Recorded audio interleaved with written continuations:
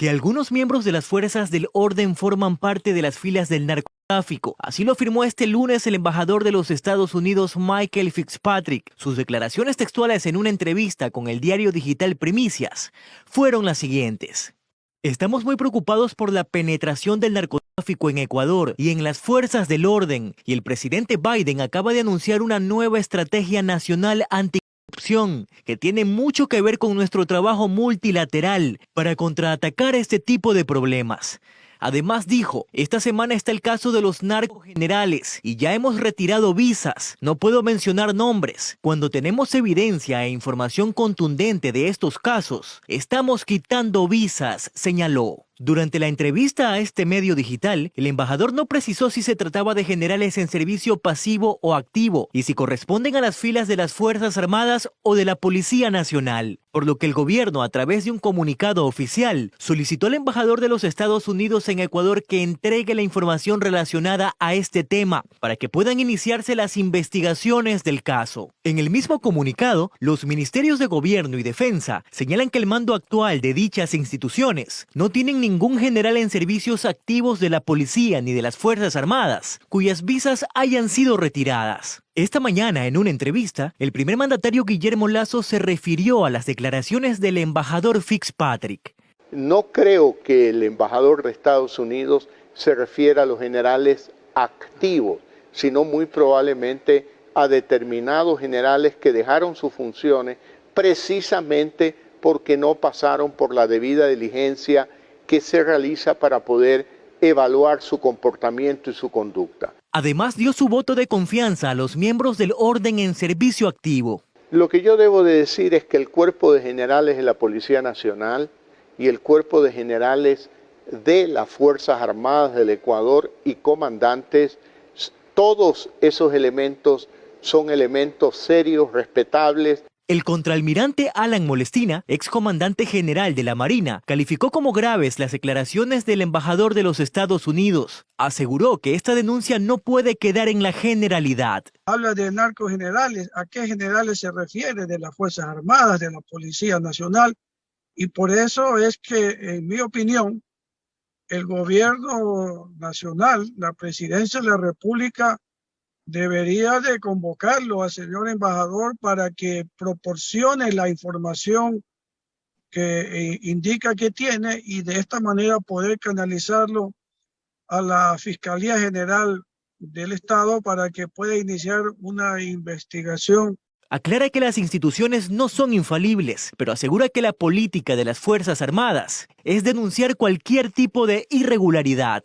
Esa es la política de Fuerzas Armadas. Si tienes dudas, pues pones la denuncia que se investigue o haces investigar de asuntos de los departamentos de inteligencia. Ya en julio de 2020, el embajador de Estados Unidos, Michael Fitzpatrick, informó que más de 300 visas fueron retiradas a ciudadanos ecuatorianos, investigados por delitos de corrupción. El embajador enfatizó que en los casos en los que hay indicios fuertes de personas que han violado las normas del país, Estados Unidos tiene el derecho y la obligación de quitarles la visa. El salario básico unificado correspondiente al año 2022 será incrementado a $425.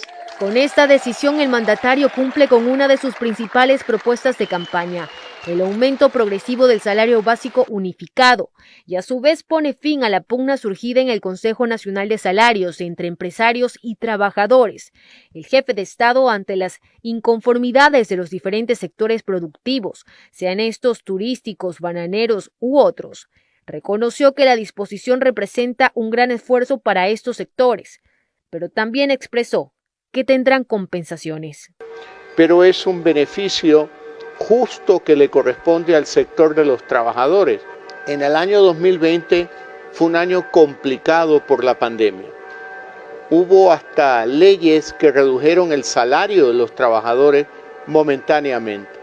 Yo creo que una vez que la economía se va normalizando, Va a haber un crecimiento económico este año del 3,5%. Esta es la primera alza en 2 años desde que empezó la pandemia de la COVID-19, que provocó una contracción de la economía de 7,8%, por lo que el efecto real de esta disposición estaría sobre los 450.000 empleados de una población económicamente activa de 8,3 millones de personas.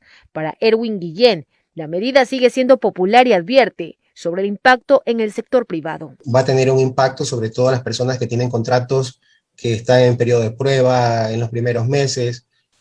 Pueden reaccionar las empresas en ese sentido, o va a dificultar en este caso a las personas que salen de las universidades con un título, con un cartón bajo el brazo y que quieren justamente colocarse. Eso también puede ser un efecto en el corto plazo. A la larga, el tener más dinero en el bolsillo, producto de $25 adicionales, la clase va a disparar el consumo, va a aumentar el tema de la demanda y eso hará que la oferta también compense esa evolución de la demanda. Por su parte, el legislativo tiene sus propias observaciones. Sube el costo de vida, suben los combustibles y nos dan $25 de alza del salario. En lo más mínimo no equipara la inflación que significa todas las medidas económicas del golpe a los ecuatorianos. Es decir, le meten la mano al bolsillo, le quitan $1.000 y le regalan 25.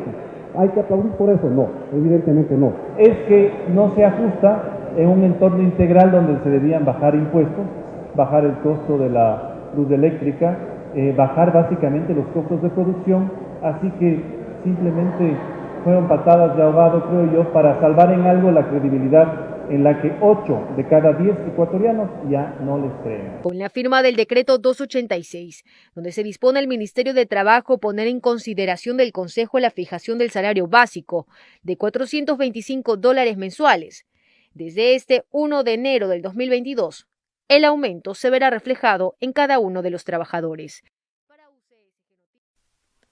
Con 5 votos a favor y 4 en contra, la Comisión de Fiscalización aprobó el informe relacionado con la investigación a las operaciones del sistema Sucre y una empresa en Ecuador vinculada al colombiano de origen libanés Alex Saab, testaferro de Nicolás Maduro, quien manejaba supuestas importaciones ficticias en el país.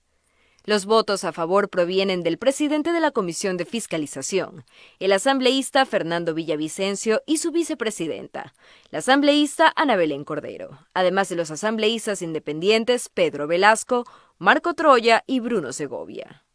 Los votos en contra, por otro lado, vienen de la socialcristiana Soledad Diab y Gabriela Molina, Roberto Cuero y Combs Córdoba de la bancada UNES, quienes no estuvieron de acuerdo con las conclusiones y recomendaciones del documento.